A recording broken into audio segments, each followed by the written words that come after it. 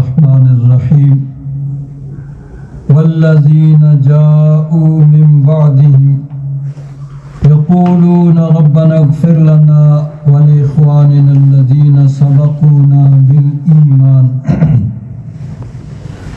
ولا تجعل في قلوبنا غلا للذين آمنوا ربنا إنك رؤوف رحيم صدق الله مولانا العظيم إن الله وملائكته يصلون على النبي يا أيها الذين آمنوا صلوا عليه وسلموا تسليما اللهم صل على سيدنا ومولانا محمد وعلى آل سيدنا ومولانا محمد وبارك وسلم. حضرات گرامی قدر، خواتین بھی کافی تعداد میں آج کی اس محفل کے اندر شامل ہیں. آپ تمام خواتین و حضرات Pakistan Islamic and cultural centre دیہے کے اندر ایصال ثواب کی اس محفل میں شریک ہیں.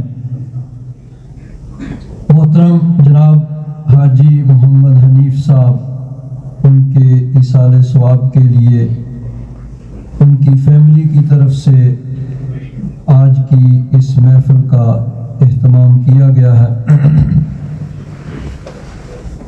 ہماری بڑی پرانی ملاقات تھی 1994 میں. ہم اکٹھے حج کے لیے گئے تھے.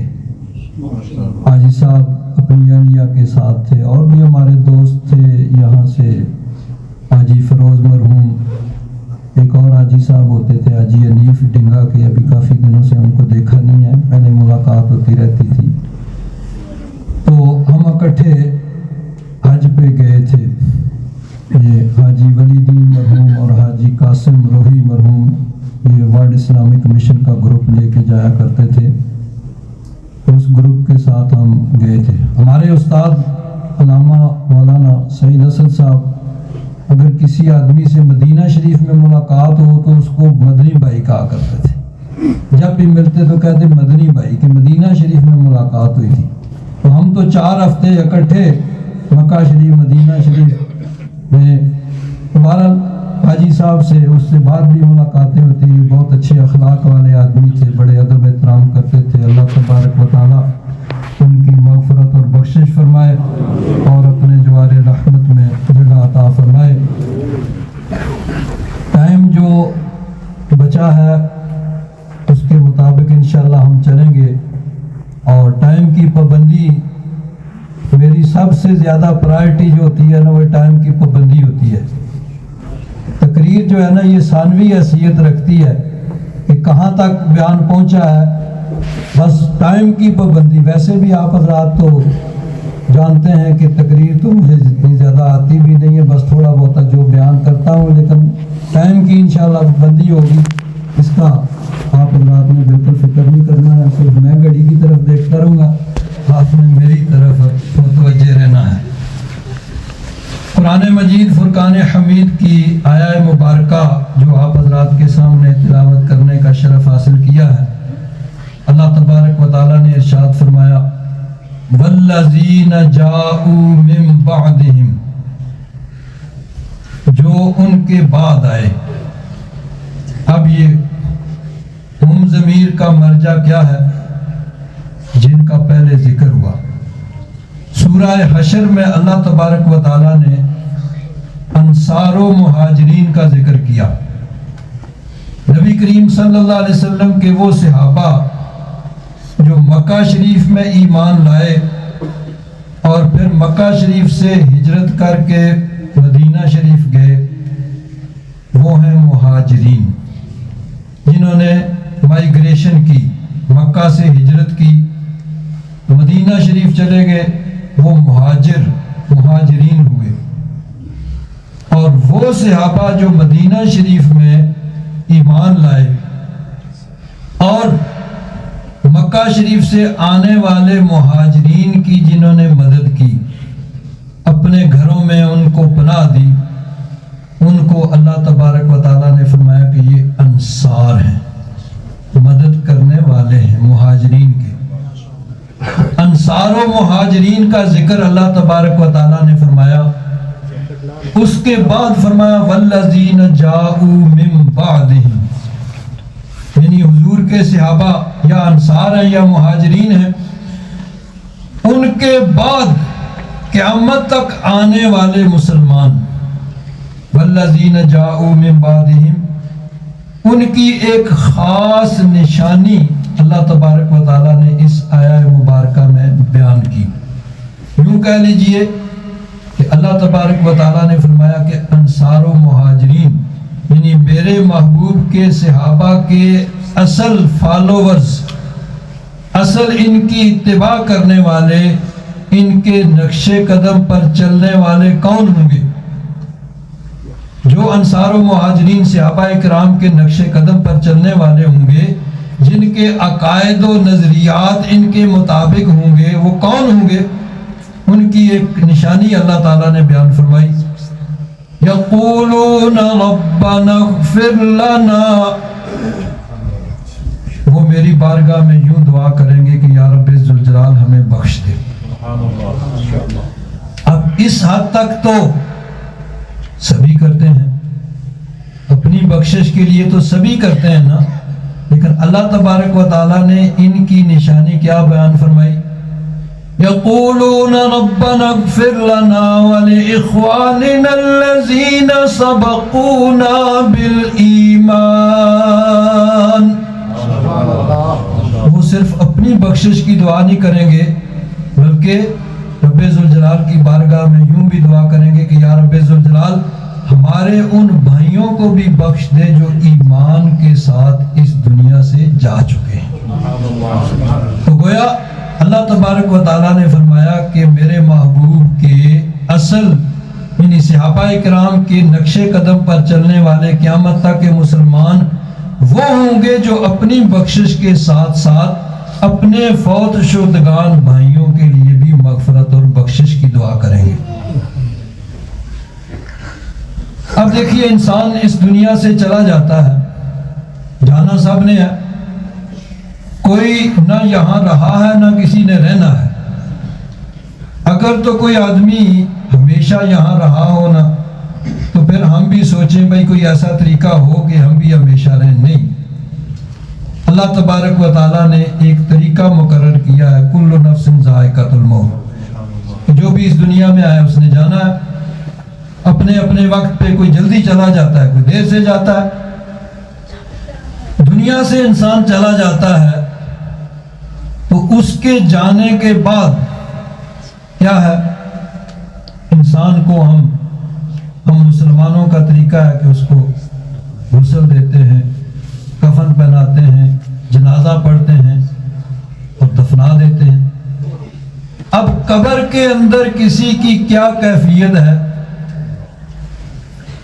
اس کے لیے سائنس بڑی ترقی کر چکی ہے اور آگے جتنی ترقی کرے گی، کوئی ایسا آلہ، کوئی ایسا انسٹرومنٹ وہ ابھی تک ایجاد نہیں ہوا ہے، نہ قیامت تک ایجاد ہو سکتا ہے کہ جو یہ بتائے کہ قبر میں مردے کی کیا کیفیت اور کیا حالت ہے۔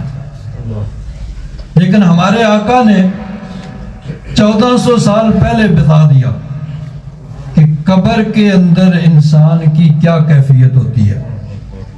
نبی کریم صلی اللہ علیہ وسلم نے ارشاد فرمایا، مل میت فی القبر الا کالغریق المتغوص، میت کی قبر کے اندر ایسی حالت ہوتی ہے جیسے کوئی آدمی گہرے پانی میں ڈوب رہا ہو اور مدد کے لیے پکار رہا ہو۔ اب المیت، علامہ صاحب تشریف فرما ہے، صاحب علم ہے، یہ جانتے ہیں کہ میتن ہے نکرہ، ایک عام اسم، جب اس پہ الف لام آئے تو عربی گرامر کے اعتبار سے اس کو کہتے ہیں معرفہ، تو پھر خاص ہو جاتی ہے۔ مثلا کہیں گے مسجدن، یہ کوئی بھی مسجد ہو سکتی ہے، لیکن جب المسجد کہیں گے تو کہنے والے کی خاص مسجد مراد ہوگی، یعنی پاکستان اسلامک سینٹر کی مسجد، المسجد۔ اسی طرح جب المیت ہو گیا تو یہاں میت سے خاص میت مراد ہے. اور وہ کون سی میت مراد ہے؟ اب قبر میں تو سب ہیں، لیکن ایک وہ ہیں جو اللہ کے خاص پیارے بندے ہیں، ان کی شان تو بہت بلند ہے، ان کے لیے تو فرشتے ان کی موت سے پہلے ہی ان کے اعزاز و اکرام کا انتظام ہو جاتا ہے، اللہ کے ولیوں کا، نبیوں کا، خاص بندوں کا. اور کچھ لوگ وہ ہیں جو مسلمان نہیں ہیں، ہمارے عقیدے کے اعتبار سے ان کے مرنے کے بعد نہ ان کے لیے دعا کر سکتے ہیں اور نہ کوئی دعا کا ان کو فائدہ ہوگا. یا اگر کوئی آدمی اس بات کا قائل ہے کہ جی مرنے کے بعد دعا نہیں کرنی چاہیے کسی کی مغفرت کے لیے، اب وہ سچے جہان میں چلا گیا، اب وہاں اس کو پتا ہے کہ میرے لیے کسی نے دعا نہیں کرنی ہے، تو وہ بھی منتظر نہیں ہوگا. تو اللہ کے پیاروں کی شان تو بہت بلند ہے، اور جو اس بات کا قائل نہیں ہے کہ اس کے لیے مغفرت کی دعا مرنے کے بعد نہیں کرنی چاہیے، وہ بھی منتظر نہیں ہوگا. اس کو پتا ہوگا میرے لیے کسی نے دعا نہیں کرنی، میں تو ساری عمر روکتا رہا ہوں اس بات سے. تو المیت سے مراد عام مسلمان، جس نے اچھے کام بھی کیے اور برے کام بھی کیے، ایمان پہ خاتمہ ہوا. یعنی جس طرح ہم عام انسان ہیں، ہم کوشش کرتے ہیں کہ نیکی کریں، ساتھ گناہ بھی ہو جاتے ہیں. تو عام مسلمان، المیت سے مراد ہے عام مسلمان. ویسے تو سب کی حالت، یعنی جو دوسرا طبقہ ہے نا کافر، وہ بھی قبر میں ایسے ہی ہوں گے جیسے ڈوبنے والا ہوتا ہے، لیکن وہ ڈبکیاں کھائیں گے، ان کو پتا ہے کہ ہمیں کسی نے بچانا نہیں ہے. لیکن ہم مسلمان ہیں، اللہ تبارک و تعالی ہمارے گناہوں کو معاف فرمائے.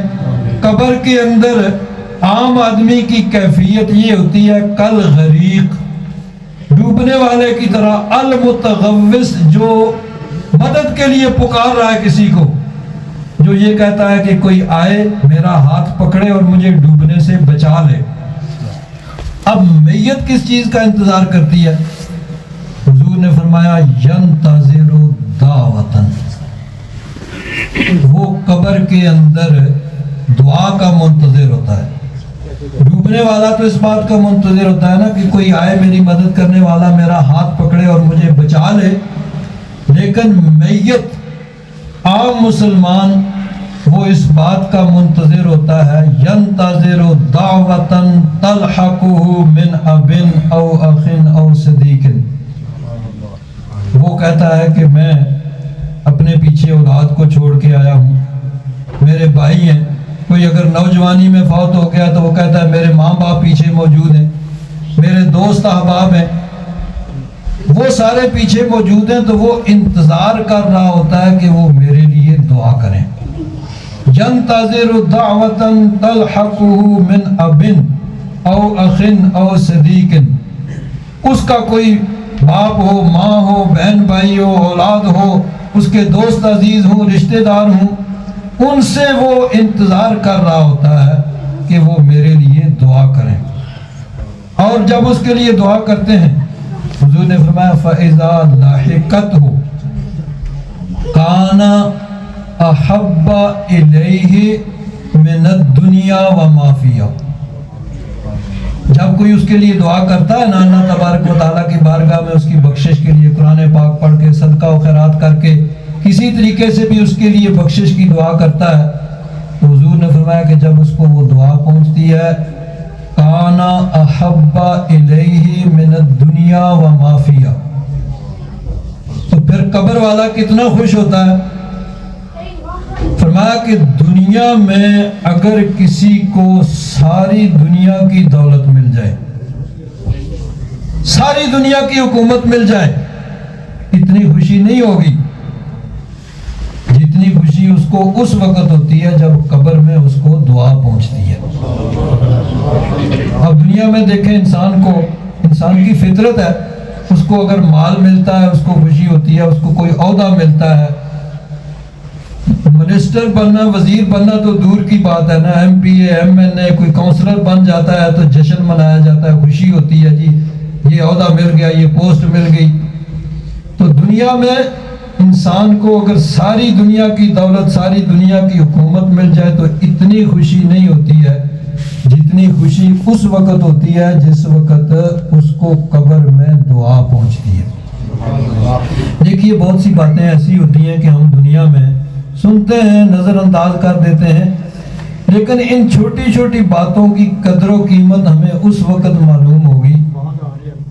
یہ باتیں جو نہیں بڑی وار دفول ہوتی ہیں، بڑی قدر و قیمت ان کی ہوتی ہے، لیکن ان کی قدر و قیمت ہمیں اس وقت معلوم ہوگی جب ہم 1.5 گز زمین کے نیچے قبر میں جائیں گے نا، پھر پتہ چلے گا کہ اس چیز کی کتنی قدر و قیمت ہے۔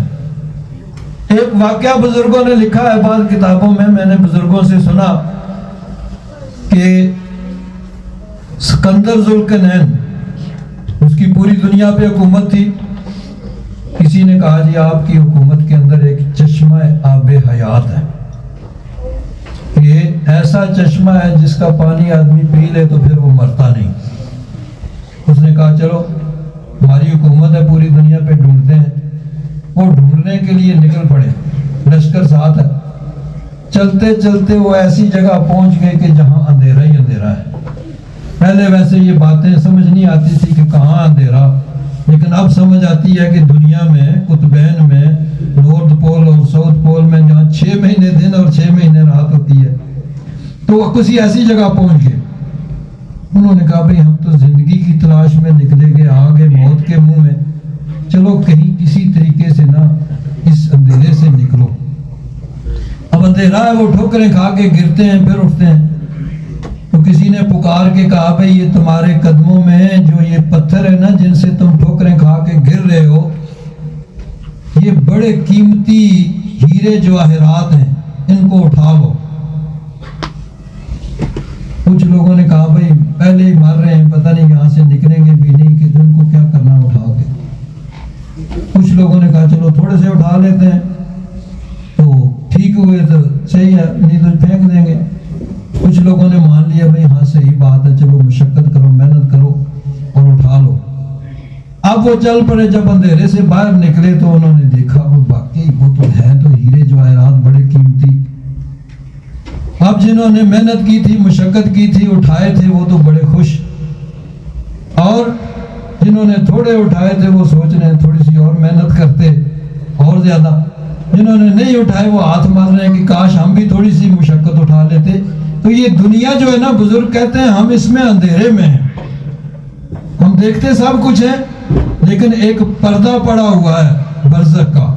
جب قبر میں جائیں گے تو پھر ہماری وہ آنکھیں کھلیں گی، پھر ان چیزوں کی ہمیں قدر و قیمت نظر آئے گی کہ صبح گرم بستر کو چھوڑ کے نماز کے لیے اٹھنا، اس کی کیا قدر و قیمت ہے جی۔ کام سے تھوڑا سا وقت نکال کے نماز کے لیے آنا، یا دن بھر کام کے تھکے ہوئے آئے ہیں، دل چاہتا ہے کہ روٹی کھا کے فوراً بستر پہ چلے جائیں، لیکن ابھی نماز رہتی ہے، بھائی نماز پڑھنی ہے، کسی کی نماز وہاں قضا ہو گئی ہے ظہر عصر کی، وہ بھی قضا کرنی ہے، وہ ہے تو بڑا مشکل کام۔ لیکن ان چیزوں کی قدر و قیمت اس وقت ہمیں آئے گی جب ہم قبر کے اندر جائیں گے۔ اسی طرح یہ جو ہم اپنے فوت شدگان کے لیے مغفرت اور بخشش کی دعا کرتے ہیں، اس کی قدر و قیمت بھی ہمیں اس وقت آئے گی جب ہم خود اس کے محتاج ہوں گے۔ جب ہم قبر میں ہوں گے تو پھر پتہ چلے گا کہ اس کی قدر و قیمت کیا ہے۔ دیکھیے اللہ تبارک و تعالیٰ نے اپنے محبوب کے صدقے میں یہ سلسلہ ایک اپنے محبوب کی امت کے لیے قائم کر دیا کہ دنیا سے انسان چلا گیا، اس کے جانے کے بعد اس کے اعمال کا سلسلہ منقطع ہو گیا۔ دنیا میں جو اس نے کام کیے، اچھے کام کرتا تھا، نماز پڑھتا تھا، روزہ رکھتا تھا، سارے اب سلسلہ ختم ہو گیا، لیکن اب بھی اس کے لیے مغفرت اور بخشش کی دعا کی جائے گی تو اس کو قبر کے اندر فائدہ پہنچے گا اور اس فائدہ ہوگا۔ ابھی آپ نے حدیث پاک سنی کہ جنت کے اندر اللہ تبارک و تعالیٰ ایک آدمی کا درجہ بلند کرتا ہے، وہ اللہ تبارک و تعالیٰ سے پوچھتا ہے یا رب لی انا لی ھذا، یا رب انا لی ھذا، کہ میں نے دنیا میں جو نیکیاں کی تھی تو انہوں نے اپنے فضل و کرم سے ان کا صلہ تو مجھے عطا فرما دیا، لیکن اب یہ جو اپ گریڈ ہوا ہوں، میرا جنت کے اندر جو درجہ بڑھا ہے، یہ کس وجہ سے ہے؟ تو ارشاد ہوتا ہے باستغفار والدک لک، تیرے بیٹے نے تیرے لیے استغفار کی ہے، مغفرت کی دعا کی ہے۔ تو اللہ تبارک و تعالیٰ نے جنت کے اندر اس کو صلہ دیا کہ تیرے بیٹے نے تیرے لیے مغفرت کی دعا کیا۔ بیٹے کا ذکر جو ہے وہ اس وجہ سے ہے کہ عام طور پر یہی ہوتا ہے کہ باپ کے بعد بیٹا دعا کرتا ہے، یہ علامتی طور پر ہے، ورنہ کوئی بھی دعا کرے، کوئی نوجوان فوت ہوا، اس کے ماں باپ ہیں، اس کے دوست احباب ہیں، بہن بھائی ہیں، رشتہ دار ہیں، جو بھی دعا کرے گا اس کو قبر کے اندر یہی فائدہ پہنچے گا۔ تو انسان دنیا سے چلا جاتا ہے، اللہ تبارک و تعالیٰ نے الحمدللہ ہمیں یہ سلسلہ عطا فرمایا ہے کہ ہم اپنے فوت شدگان کے لیے دعا کرتے ہیں، قبر کے اندر ان کو فائدہ پہنچتا ہے اور وہ خوش ہوتے ہیں۔ دنیا میں آپ ان کو جو بھی دے دیں وہ اتنے خوش نہیں ہوں گے جتنے قبر میں اس وقت خوش ہوتے ہیں جب ان کے لیے دعا کی جاتی ہے۔ ٹائم میرا جو ہے وہ تقریباً ہونے والا ہے۔ ایک فرمائش ہے، میں نے آپ کے سامنے ذکر کیا نا کہ ہم حج پہ اکٹھے گئے تھے، حاجی صاحب اور حاجی صاحب کی اہلیہ بھی اس گروپ میں شامل تھی۔ تو مجھے نفیس نے بتایا ہے کہ وہ باجی کہہ رہی تھی کہ وہاں آپ نے ایک نعت پڑھی تھی۔ اب نعت تو الحمدللہ اللہ تعالیٰ نے یہ ذوق دیا ہے، ویسے کوئی اتنی آواز نہیں ہے، نہ سر نہیں ہے، جس طرح ہمارے یہ دوست ہمارے برخوردار پڑھ رہے تھے اس طرح نہ میری آواز ہے نہ سر ہے، لیکن ایک شوق ہے۔ تو حج پہ کسی موقع پہ میں نے وہ نعت پڑھی تھی، کہیں بس میں یا کہیں پہ، تو اس کی انہوں نے فرمائش کی ہے کہ اس نعت کو پڑھنا ہے۔ میں نے وہ نیٹ سے ڈھونڈی ہے، تو میں کوشش کرتا ہوں اس کو پڑھنے کی، اس کے بعد پھر انشاءاللہ صلاۃ و سلام پڑھیں گے۔ صلی اللہ علیہ یا رسول اللہ وسلم علیہ یا حبیب اللہ،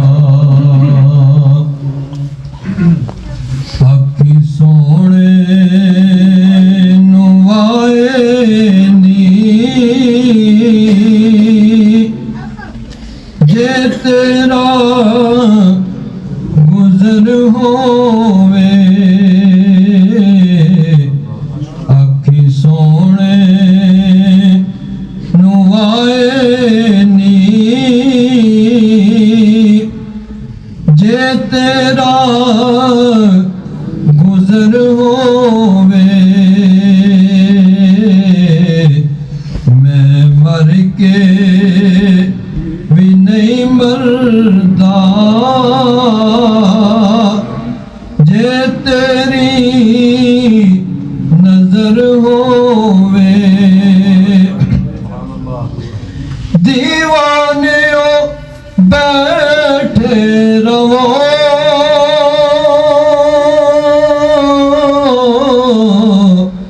محفل نو سجا کے تے، دیوانیوں بیٹھے رہو محفل نو سجا کے تے،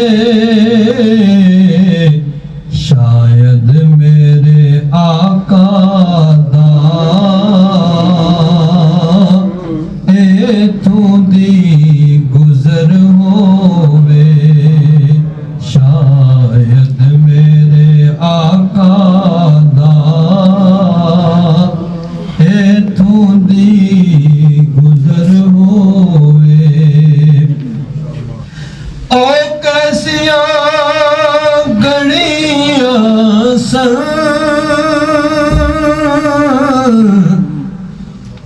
مہمان سسوڑے دے۔ یہ چودھری صاحب سے بھی ملاقات ہوئی تھی مدینہ شریف میں 2006 میں جب گئے، یہ بھی حج پہ گئے تھے مدینہ شریف میں، چودھری یوسف صاحب سے ملاقات ہوئی تھی۔ چودھری صاحب یاد ہے؟ او کیسیاں گھڑیاں سن مہمان سسوڑے دے،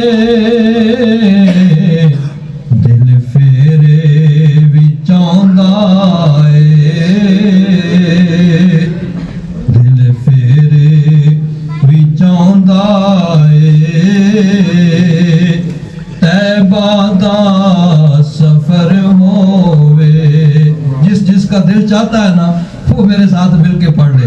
دل پھر بھی چاہتا ہے طیبہ دا سفر ہووے. دل پھر بھی چاہتا ہے طیبہ دا سفر ہووے.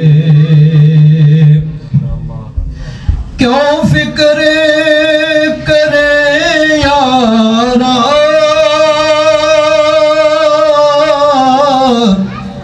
ماساوی اگیرے دا ان ستے خیرانے جدہ سائیں مگر ہووے. ان ستے خیرانے جدہ سائیں مگر ہووے. اے دل وچ نیازی دے ایک آس چروکڑیے سونے دے شہر اندر وے میری بھی قبر ہووے. سونے دے شہر اندر میری بھی قبر ہووے.